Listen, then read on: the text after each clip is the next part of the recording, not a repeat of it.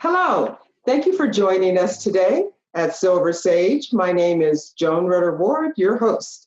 And my guest today is Carol Doyel.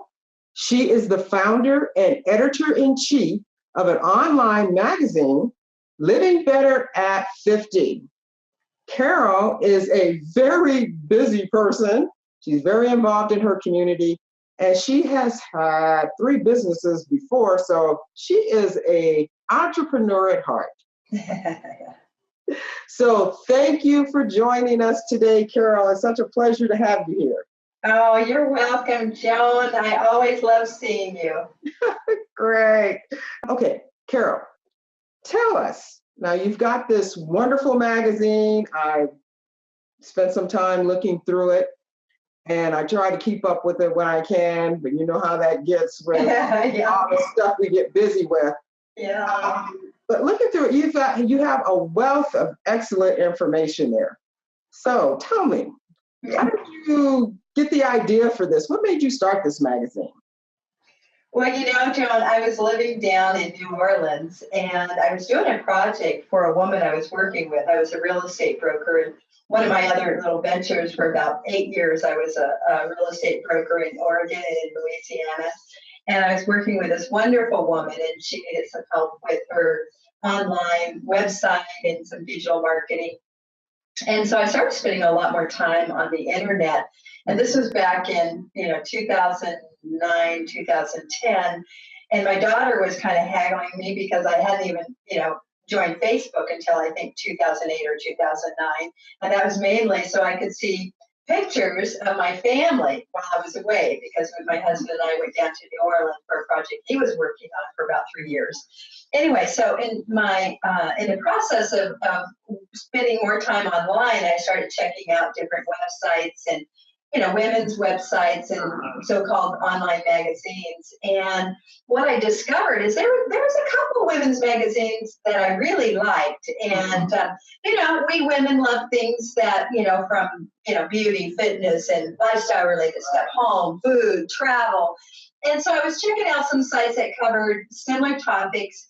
But what I kept coming up against was the content just kind of rubbed me wrong, some of it, and especially if they got into any faith-based content and articles, it seemed to be very broad and pretty much, everything was, anything you wanted, if you wanted something on one religion or another. And as a Christian woman myself, I thought, I love the idea of having an online woman's magazine and website, but if I'm going to include Christian or faith-based content, I want it to be Judeo-Christian. Mm-hmm. Did reaching the age of 50 yourself have anything to do with that? Because it's living better at 50. It's actually living better at 50 plus, right? Yeah, the website is actually, our URL is livingbetter50.com. We kind of shortened the name or the website address, but it is Living Better at 50 plus. And yes, and turning 50 definitely had something to do with it. When I was down in New Orleans, when I first went down there, that was the year that I turned 50. And in April 2010, I started running. Mm-hmm. And so I kind of set this goal for myself that I would start running on a regular basis. And it took about a year, and over the course of a year, I worked up to about 26 miles a week running. Wow. And what I discovered, and I wanted to do that as part of, turning 50, I was kind of determined to get in shape. And I did. I went through kind of a renewal, if you will, and lost 22 pounds and fell in love with running. I really found that I enjoyed running. After you do it for a while, it takes a while. And what I really noticed is that I had a lot of creative energy as a result of that physical transformation and feeling really good and healthy. And it's just like the ideas and my dreams all came back and just started flowing. And I had kind of hit a plateau, and I was just kind of I felt stuck. And so that turning 50 really prompted me to look at my life and kind of reevaluate where I was at. And it became very inspiring. Now, because of my work with Living Better 50, because we launched the site in 2011, so we've been at this for about 6 years. So we're not new in this. We've been doing it for a while, and I've had the honor to meet so many incredible women, and that are 50 plus, and it's just a joy. 50 plus, 60 plus, 70 plus, 80 plus. I have a contributor who lives in New York, and she's contributed some articles. She's not a regular contributor, but she has contributed content or articles to our site. And she does a annual spa in Paris, I believe, and she's like 80 some odd years old, and she has a studio, like a dance studio, fitness studio in Manhattan. Wow. And so I just love learning about all these incredible women. And I noticed on your site you had Ernestine Shepherd, who became a bodybuilder after 50 years old. Right. She was in her 70s, I think. Well, she's now in her 70s. Oh, she's now in her 70s. Yeah. She but she didn't start even working out. Yeah. She was in her 50s. Yeah. And now she's running 10 miles every morning. I don't know if she's still doing that. I know about a year and a half ago she was. Wow. Yeah. Yeah, that's something. Well, it's really good that we have these types of magazines and online places like what you have that women can refer to, because as we know in our society, everything is not everything, but a lot is based on you being youthful and being under a certain age. Yeah. So it's really good to see things like this, to let people, period, or like over 50, as you age, you're getting better, and there are more things for you to experience. That's what I said. There's more to it, and you have wisdom, hopefully, with the years that you have where you can, use that more. So absolutely, yes. So, and looking at all the information that you do have available, I mean, there's a lot. If you go to the online, when you go to the magazine online, you need to spend some time there. But we'll just take a look right now at some of the things that are on there. Let's see, you have like different categories like health and fitness.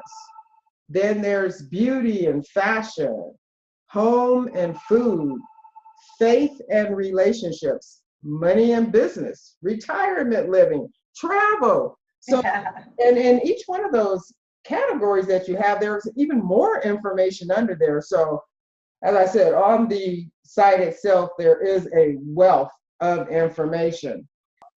You did kind of explain a little bit how your magazine is different from others, but is there anything more you wanted to add about that? How it's different from the other online magazines that you see that are out there? Well, I think our main focus is, in our vision or purpose, is to encourage women to live better, physically, emotionally, financially, and spiritually. And so we tend to be very inspirational. We look at aging from a positive standpoint. And I know there are other sites now on the internet that are also targeted the same, kind of demographic. But so I think what makes us unique is, one of the things is that we have a very rich faith-based section. And, we've been around for, 6 years, and we have over 15,000 pages of content. Wow. So you can do a search on just about any topic related to the categories you mentioned, with the kind of keeping in mind the 50 plus woman, and you'll find an article. And I'm really, really pleased with a relationship that we have with our faith-based, or it's our writers for our daily devotions. And there's 3 of them. They call themselves Girlfriends in God. And, they've been writing devotions for years, Joan, and there's only 2 other companies that they share their devotions with other than Living Better 50. And that's crosswalk.com and Bible Gateway. So when we launched, they said they would pray about whether or not they felt led to share their devotions with Living Better 50. Mm-hmm. And they got back to me and they said, we really feel like God's in this, and we want to share our devotions with you. So we have been blessed for 6 years with wonderful daily, very rich daily devotions. So if you go to our site or subscribe, you can go and read the daily devotions. They do them Monday through Friday, so they break on the weekends. Okay. But just rich content related to faith. And we also have a really robust social media platforms that are following and fans, about 18,000. And I think we've tweeted over like 60,000 tweets. So we're very active on the internet. Wow, that's really great. And your devotionals section, that was one of the ones that really stuck out to me. And I really enjoyed going through and reading those. I'll have to get them more on a regular basis, but I didn't realize that they were there like for daily devotions, and that the and that the content that you used there, where it was from. I mean, I didn't really realize how special that was, seeing that that you're only the 3rd publisher online that they will provide content for. So that's really great. That really means something special as well. Yeah. So, okay, what we're going to do right now, Carol, is we're going to take a break. And we're going to take a break right now, and we shall return shortly.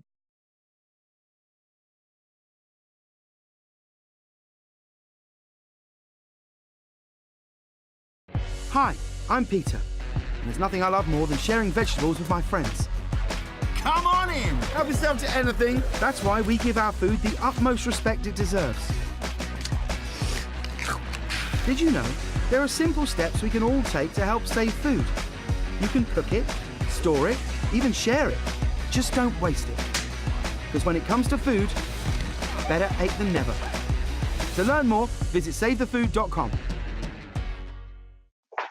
Thank you for rejoining us. My guest today is Carol Doyel, Editor-in-Chief and founder of Living Better at 50. Carol, tell me, okay, with your online magazine, what are some of the popular topics there that people? Well, I think we have, because we have a lot of health-related content, because as you know, we deal with some health issues at 50 plus, 60 plus, 70 plus. And so we talk about things like health, fitness, nutrition, weight loss, menopause, anti-aging. And those seem to be very popular topics. And of course, beauty, every time, if we have something on hairstyles for women over 50 or fashion-related content for women 50 plus, they seem to be very popular. And then I think our faith section is a runner-up. Oh, okay, great. Yes. Okay. I found something that really interested me, like you said, with health things, but the nutrition section. I found very interesting. I spent some time in there looking through things. Of course, as a woman who likes to cook, of course, food. Food is good, and seeing recipes that people put on there. But yes, you're right about the health issues. We really want to be as helpful as we can, especially as we age. Yes. And, I just want to mention too, one of the other sections that I found really interesting is gardening. I'm a gardener, so I found some things in there, and somebody had an article on 5 ways to conserve water or save water. Now, living here in California, yes, we know water conservation is a must. I mean, but from that article, I picked up a simple tip that, as simple as it is, I didn't even think about it before. And it was the one, it said, when you're running water, like for your shower, while the water is running to heat, anytime you're waiting for the hot water to come on. It said in the article, you could just have a bucket there and catch that water and just use it to water your plants. Yeah. That is so simple, but I hadn't even thought to do that before. And I'm like, I want to do that because I'm big on saving water and watering my plants with, it's even hard for me sometimes to pour water down the sink if, you have a glass of water and you don't drink it all. So I'll go pour it in plants. But I do the same thing, Joan. I have to confess. That's funny. So that, just these little tips and things. And with all the content you have on there, like I said, someone will be spending a lot of time going through everything. In fact, tell me about how many contributors do you have? Well, we've had over 700, close to 800 contributors. Mm-hmm. Some are single, submissions, and then we have some contributors that contribute content on a regular basis, some every month. As I mentioned earlier, the women who write our daily devotions, of course, have been with us for 6 years. Uh-huh. And we do have faithful contributors, as well as I have freelance writers that write specific content articles, mainly health and fitness related, research-based and interview-based articles. And we have content providers as well that will focus on specific topics that they cover where they have an interest in representing a company. But we really want editorial, general editorial content. Mm-hmm. And some of it, today, almost any website you go to on the internet, you're going to find some kind of, in articles and content, a promotional spin on it. A lot of times if it's being written by a content writer or somebody who owns a company that's writing articles for different websites. Okay, so you have information coming from a lot of places then. And, yeah. No, that's great. Yeah. We also have a lot of doctors, researchers, nurses, nutritionists, physical therapists, a lot of professionals who have an interest in having articles published. Mm-hmm. And so they'll reach out to us. I get over 1,000 emails a week from publishers, writers, companies, professionals. And so we kind of have to sift through all of those inquiries and try to, ratchet it down a little bit to a manageable, number of articles on a monthly basis. Right. Wow. That is a lot. And I think my inbox is full. My goodness.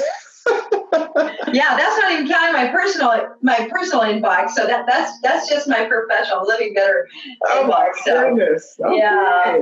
Well, wow. That's great that so many people want to contribute to your to the magazine. They recognize the value of it. And yes, yeah. When we first started, we really had to, we had to go out and really reach out to mm-hmm. writers, and I did a lot of reaching out through Twitter and inviting women to submit articles. But these days, it seems that we're really having to, like I said, kind of screen through and filter through the inquiries we get and select content that's a good fit for a particular month. Or we have an editorial calendar that we try to keep. Okay, great. Wow. Okay, well, you really keep busy with this, I see. Okay, well, tell us about some campaigns or some different things that you have going on right now with the magazine. Yeah, we're really excited. We actually launched 2 campaigns this year. Mm-hmm. And one of the ideas that I've had for quite a while, and it's called Things We Love at Living Better 50. And we've created kind of a good housekeeping seal of approval, if you will. And what we do is we try things, and just in living day to day, the things that I use and other people, we have a team of about 6 different people that I work with. And in our day-to-day, use of different products and places we go, things we do, books we read, activities resorts that we might go to or travel, things that we discover that we really love and we want to share with our community. We've started a campaign to share those things. Oh. So, because sometimes as a woman, 50 plus, especially around healthcare related, supplements or anti-aging products, skincare products, beauty products, you don't always know what to believe and what to, spend your money on, and you don't want to waste your money. So what we're trying to do is share some of those things that we have found to be really effective and that we absolutely love.